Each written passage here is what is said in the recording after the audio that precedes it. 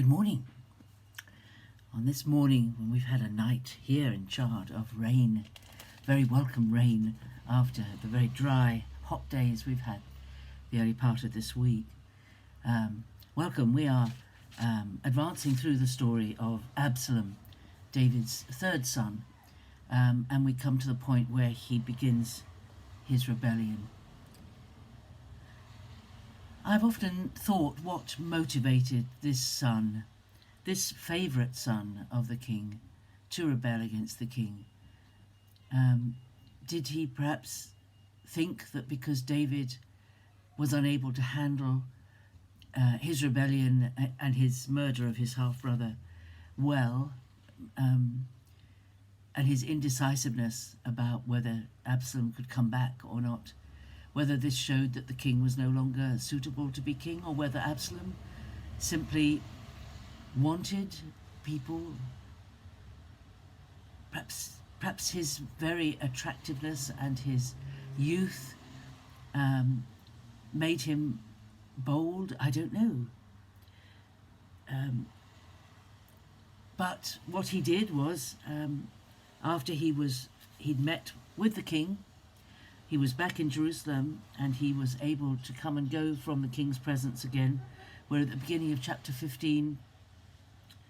And Absalom, it says here, got himself a chariot and horses and 50 men to run before him.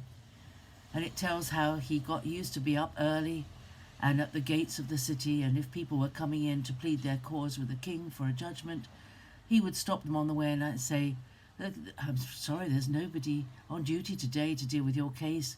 If only I was the judge, I would deal with you. I would sort it out for you."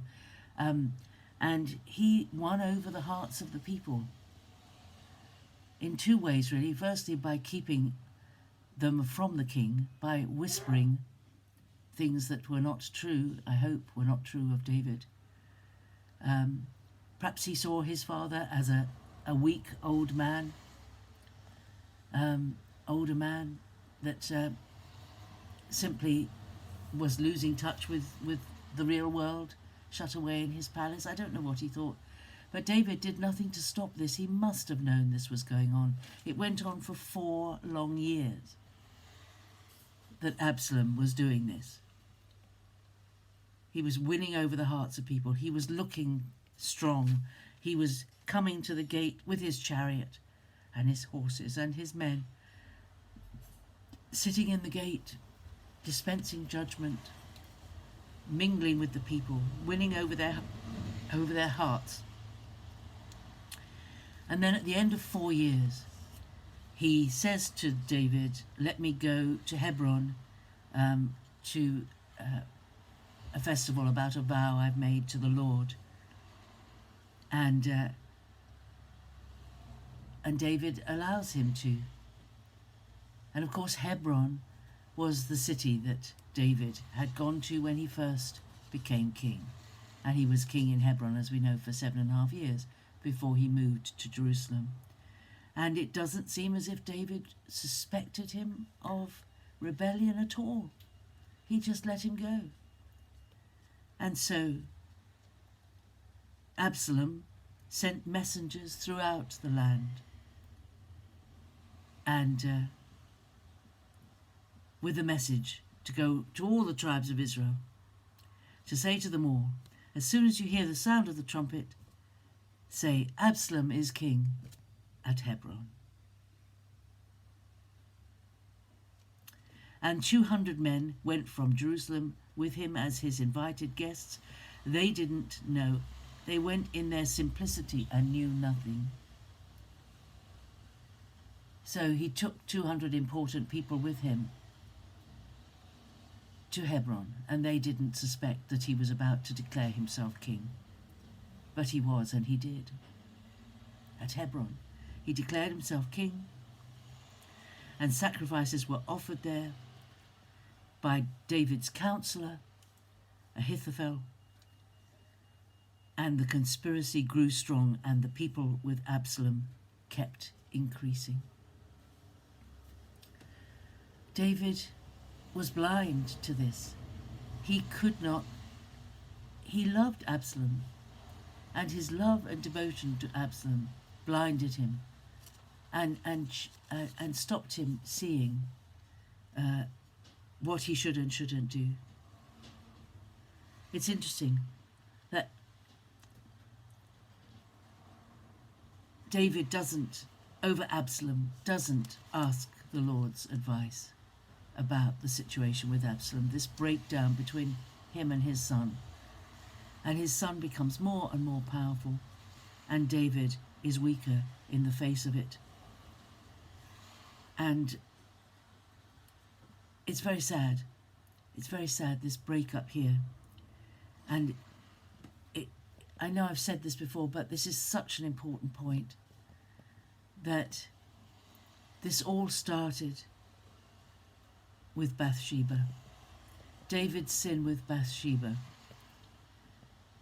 introduced a sequence of consequences, like a domino effect. And David did nothing to stop the domino effect. If he'd nipped this in the bud and dealt with Amnon severely when he raped Tamar, perhaps this rebellion would never have happened. But it has festered and festered and festered over the years. And we are at least we're 4 and 3 and 2, 3, 9 years, nearly 10 years since the rape happened, since the murder of Amnon by his brother, his half-brother, Absalom, that was never dealt with. The rape was never dealt with. The murder was never dealt with. And Absalom was allowed to live freely and allowed to conspire and plan.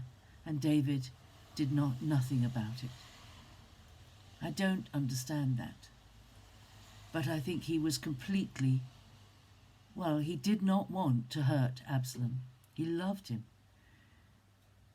He should have disciplined him. He should have actually executed him for murdering his brother. Certainly, he should have ordered his execution when he rebelled.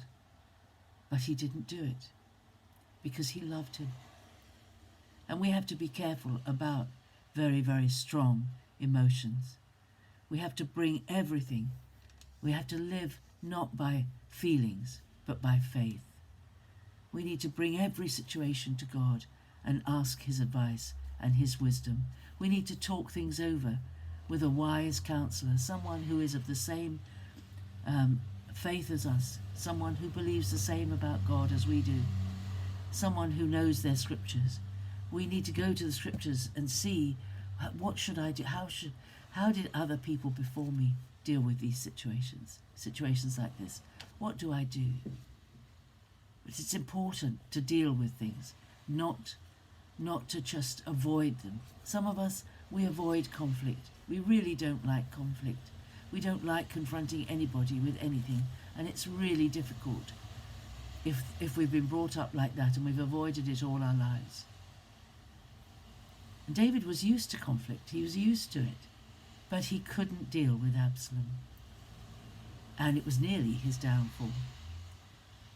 Absalom grew stronger and stronger, and the thing was that David he believed what Absalom said. He did not believe that Absalom was going to rebel. I don't understand it, but it's a great warning to us to be very, very careful not to let things fester and not to ignore what's going on around us. So, have a great day today. God bless you. See you again tomorrow. Bye-bye.